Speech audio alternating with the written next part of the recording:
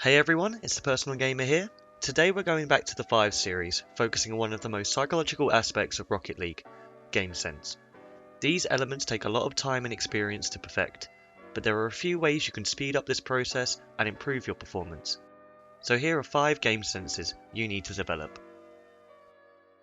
The first one we're going to cover is your judgment of the ball. This refers to judging the speed, trajectory, and directional change of the ball. Being able to know where the ball is going to travel or land is probably the most essential skill you can develop. This attribute is mostly conditioned by just playing the game and exposing yourself to a vast amount of stimuli in order to develop an understanding of how the ball moves. However, the issue with this conventional approach is the lack of structure and control that you have. Skills are learned most efficiently by breaking down the movement, or in this case the judgment process, into smaller sections that can be repeated in a controlled setting or scenario. The easiest way to develop your judgment is by using free play and training packs. Free play brings in the unpredictable stimuli you're going to get in game, but removes the elements that could affect your judgment such as opponents, time sensitivity, and the pressure of winning. Almost any training pack you decide to do will improve your judgment of the ball. I'd suggest focusing on redirects in particular because the lofted passes at different speeds and heights will help you understand the trajectory of the ball and the overall physics of the game. This skill is one that can always be worked on even at the high ranks. When your judgment improves, you'll be able to respond faster, get to the ball more efficiently, and get the desired contact you want, whether that's centering the ball for a teammate or booming it up the field. The second one is reading the walls. So the first thing you need to do is know your enemy.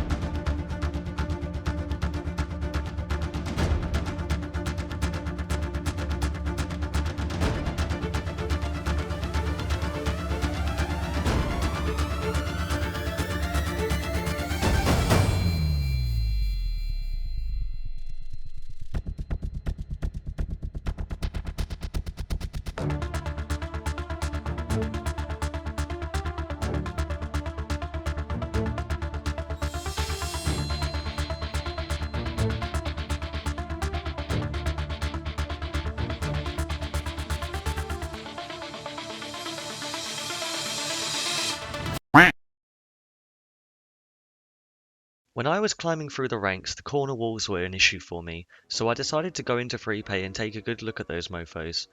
Creating a visual landmark for each wall partition will help you judge how the ball is going to be affected when it makes contact.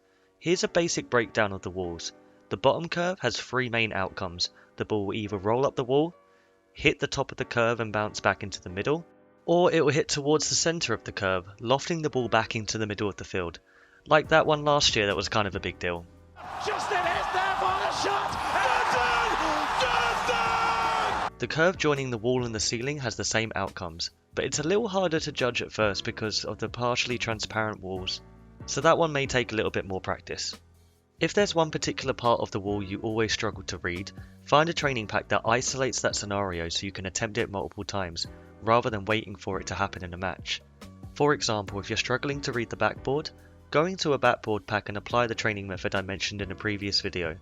Once you're comfortable, change to a pack that requires you to set up the ball yourself. The setups you'll give yourself will be slightly different each time, making it harder to read the ball when you're going for that second touch. This is a great way to bridge the gap between judging the ball in a controlled environment and judging the ball in a real game scenario. The third one is map awareness. Knowing your surroundings is fundamental to performance. There are 3 integral pieces of information that you'll obtain from your level of awareness. Where you are on the field, where the other players are, so that's your opponents and your teammates, and of course where the goals are. These 3 pieces of information will heavily influence what decisions you make in game. The more awareness you have of each element, the better your decision will be. Here's an example. In this 2v2 game, I have an opponent pushing the ball off the wall from his own half. I'm tracking back towards my own net because I can see my teammate is still up the field. I have a pretty good view of the field with 3 blind spots, the back left corner, the back right corner, and the top right corner. I can't see the second opponent, which means he's in one of those 3 positions. I'm going to assume the guy with the ball is trying to pass to his teammate, which means he's most likely behind me in my half of the field. So continuing to track back is my best option. Challenging the ball is too risky at this point. Once the ball is in the air, I have an idea of where it's going to land. The ball is high at the moment, but there wasn't much power behind it, so it will likely drop halfway between my goal and the middle of the field. Now I can see the opponent enter my screen from the right side. He's jumped early, so a redirect is the most likely outcome in this scenario. So here I feel like I turned a little too early. I'm still quite a fair way from my goal line, so if he makes good contact on the ball, there's a chance it's going over my head into the net. The two things I do know is that I'm towards the centre of the goal, which I can see from my boost pads and the markings on the floor. Also, the opposition's goal is basically in the middle of my screen. I also know that the flight of the ball is dropping fast. My opponent double jumped for the ball, so he doesn't have a second dodge available. This indicates that if he makes contact, it will likely be a low or bouncing shot. I turn towards the goal, realising I'm a little far out, and try to save a potential redirect. He misses the ball when it bounces up towards my back wall. I've noticed the opponent who's passing the ball is following up, meaning I need to react quickly. I know the ball isn't going in due to my positioning. I'm right down the centre of the field, and based on the direction of the ball, I know it's going wide. The ball hits the wall at a relatively slow pace, meaning it will elevate slightly and then it will descend down.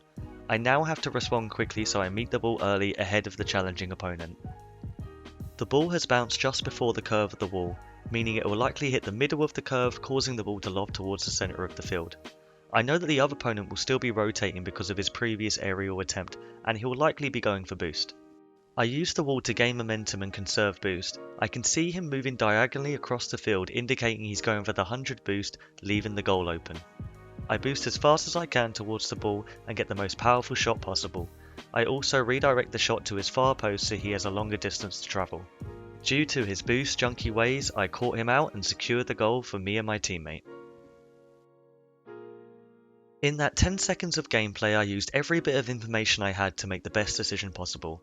Picking up certain visual and auditory cues in games such as field markings and engine sounds can help you identify possible outcomes of certain scenarios and give you a radar-like mapping of the environment. This will enable you to make decisions faster and more accurately.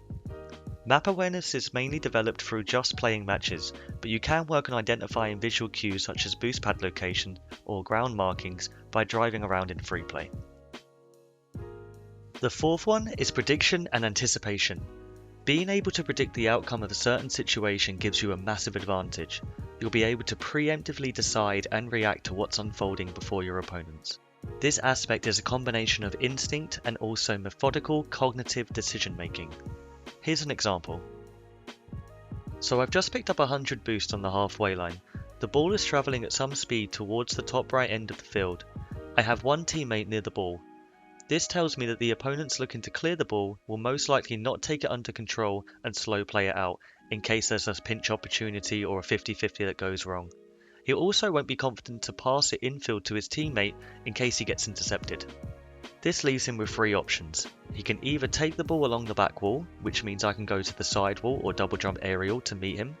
He could clear the ball across the back wall, which I could intercept to set up a centre pass. Or due to the pressure of my teammate, he'll try to power clear it across his own goal and it will fall somewhere in the middle. Now I've put myself in a good position to react to any of them outcomes. Due to the ball hitting the bottom curve, he half pinches it clear across his own net. Because the ball is in the air, his teammate won't be able to reach it in time.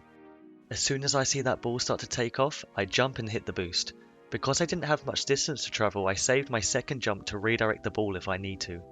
His teammate is caught out in a bad position and he's completely out of the game, so the guy who crossed the ball would try to save my shot. He jumps high, closing the gap between himself and the ball, and also turns to the side to cover a bigger area. But I still have my second dodge and he's now committed to the air, so I can hit the ball under him. Their third man isn't too close to his net, so he has a very slim chance of saving it. As long as I hit the ball under the challenger and keep it to the left of the goal, it's going to go in. Predicting the play isn't just about crazy dunks, it's about putting yourself in a position to cover every possible outcome. Anticipation, on the other hand, is slightly different. It's much more of a commitment. You are consciously deciding to perform an action in response to something that hasn't happened yet. Knowledge and experience is the best way to improve your prediction skills. This is a game sense that is very longitudinal. It takes time to develop. But if you progress your judgment and map awareness, you'll be able to use that information to make a more accurate prediction.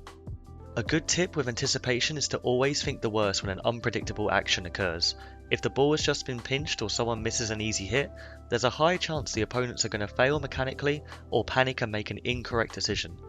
Over time you'll develop this sixth sense of what's going on, but instead of seeing dead people, you'll see dunk potential. The final one I've decided to name Improvise, Adapt, Overcome. Let's face it, no matter what rank you are, you're going to screw up at times. But you need to make the best of a bad situation. You're going to miss the boost at times, so make a zero boost play. You're going to completely fail a ceiling shot, but you can just redirect it in. You're going to drive straight into the post sometimes, so get on that wall and save that shot. Improvising when you mess up is one of the most satisfying things you can do in Rocket League. Plus, especially in the higher ranks, missing the ball is actually a viable play because the opponent expects you to hit it. What I'm saying is if you've put yourself in an undesirable situation, use your intuition, be proactive, there's always something you can do. If you feel like you can make an impact before rotating back, it's worth a try.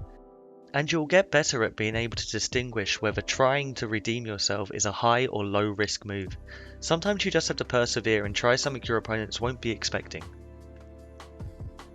So that's it for this one. I hope this helps you refine and improve your game sense. Feel free to give it a like if you're enjoying the 5 series so far, and subscribe so you don't miss the next episode. Wait a second. I see dunk potential.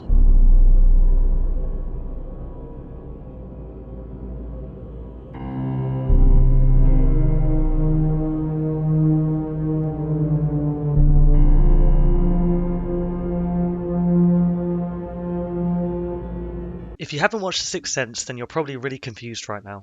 So let me explain it. Bruce Willis is dead.